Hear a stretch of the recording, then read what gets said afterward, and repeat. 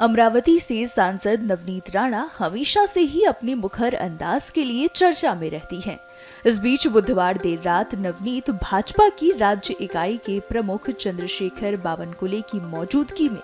नागपुर में भाजपा में शामिल हुई।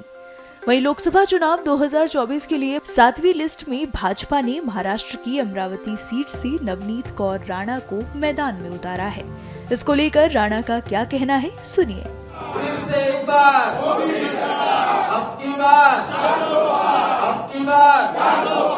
इंडिपेंडेंट एमपी करके जब 2019 में मैं चुन के आई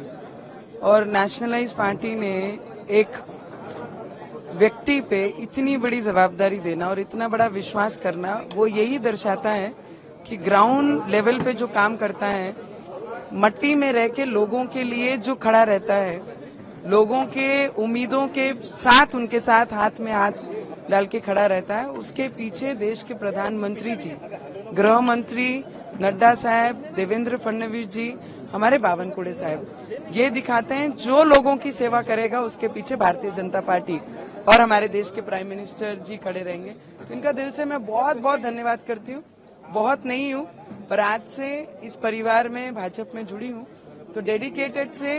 दिल से और जितनी मेहनत होगी उतनी मेहनत करेंगे और हमारे देश के प्राइम मिनिस्टर जी का जो सपना है अब की बार 400 पार, उसमें जरूर हमारी अमरावती एक जरूर रहेगी। पिछले 5 साल आप मुखर होकर बीजेपी का पक्ष आपने संसद में रखा,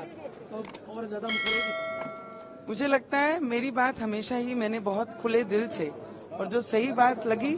जो दिल से निकली और लोगों के हित में रही, वो हमेशा मैंने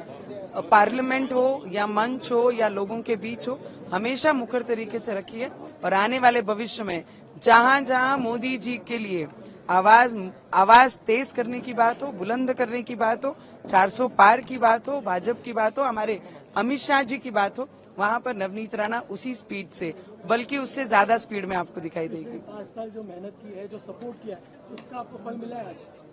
मुझे लगता है कि ये सपना मेरी अमरावती करों ने देखा था कि जब अमरावती में मैं बहू बन के अमरावती घूमती थी तो उनकी आंखों में वो सपना देखा कि हमारी बहू मतलब हमारे घरों में लक्ष्मी मानी जाती है और लक्ष्मी के हाथ में कमल देखने का सपना ये मेरे क्षेत्र के अमरावती करों का था। तो अमरावती करों की तरफ से मैं उनका धन्यवाद करूंगी और मुझे लगता है डेडिकेटेडली जो काम करता है उसे फल की चिंता नहीं करनी पड़ती, सिर्फ काम पे ध्यान होता है। 5 साल मैंने काम किया और आज जिस तरीके से अमित शाह जी,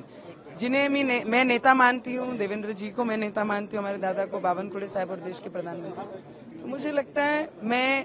एक वर्कर करके पिछले 12-13 वर्षों से मेरे क्षेत्र में काम किया है, तो मुझे लगता है मैं कभी भी फल की चिंता नहीं करती, मैं सिर्फ काम करती हूँ।